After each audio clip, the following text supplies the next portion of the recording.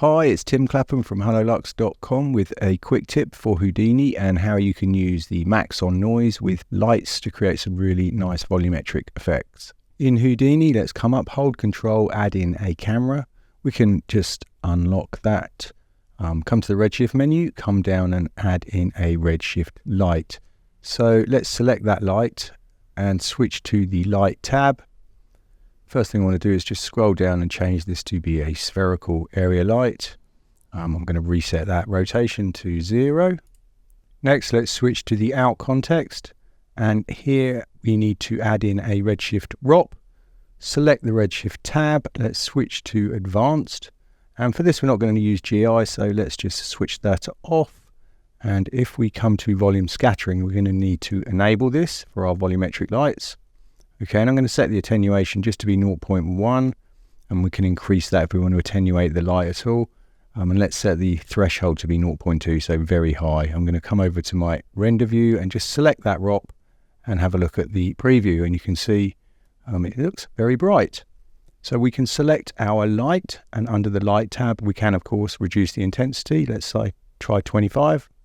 All right, and we can start to see the actual shape a little bit now, and if we pull out of our camera, you can see that we're getting that volumetric spherical light now. Now, if you wanted to keep the intensity the same, perhaps you're illuminating some objects, you may want to just adjust the contribution. If you come down, there is a volume contribution, and you can reduce that down, and you can see that also affects the amount of volumetric light being created. Next, let's switch to the material context. I'm going to add in a Redshift material builder. If we open this up and have a look, you can see we've got the standard material. We don't want that, we just want the Redshift material output, and we're going to add in Maxon Noise and wire that into the volume. Next, we need to allocate this material to an object or to the environment, and you would think that perhaps it goes onto the light. In Cinema 4D it goes onto an environment object, but in Houdini, if you switch to the volume scattering on your Redshift ROP, you can see we've got this tint shader, and you actually can assign it there. Now if we restart our Redshift render view, you can see that the volumetric noise has taken an effect, and we have a slightly different result. The scale is very small, so it's quite difficult to see, but if we come down and set our scale to say 10, you can see that we get the noise within our light. You can crush this if you like by using the high and low clip to create more of a stylized sort of puffy effect, like so. And of course you can colorize it and use multiple noises. Let's just reset those. So for colorizing, one way to do that is to just add in the Redshift ramp.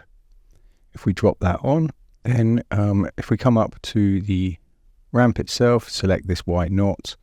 I'm just going to switch this over to HSV and choose a nice blue. Keep it simple, so we're just changing one color for now, but of course you can use any ramp.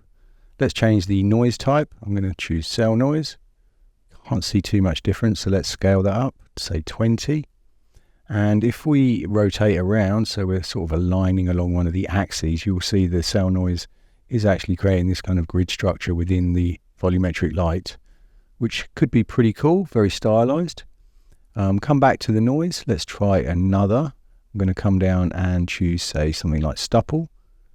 Again, a different type. And I definitely recommend experimenting with these different noise types and playing around with some various light shapes to see the kind of results you can get. Some of them can be pretty useful. You know, this creates some pretty nice, cool patterns, almost brush stroke.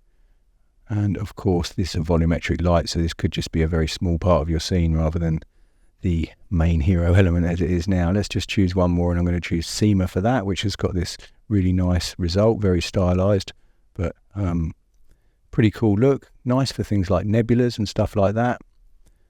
So the other thing we can do, of course, is to select our light and we can colorize it from here. I'm just going to increase the intensity to 50, let it come down, and here we're using white and it's colorizing through the shader. But if we set this to be, say, a pink color, you can see that the pink of the light is going to contribute and mix in with that shader. At the moment, the blue is kind of dominating, so if we come back here and just reduce the saturation of that down, maybe a little bit more, you know, somewhere around there, so you can see that we've got the blue from the shader and we've got the pink from the light. So you can really kind of paint with light using this.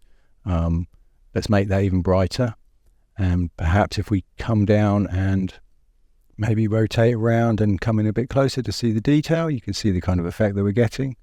Let's make a copy of that light and move it over. And if we take that second light and change the color, you can see that now the two colors blend together nicely.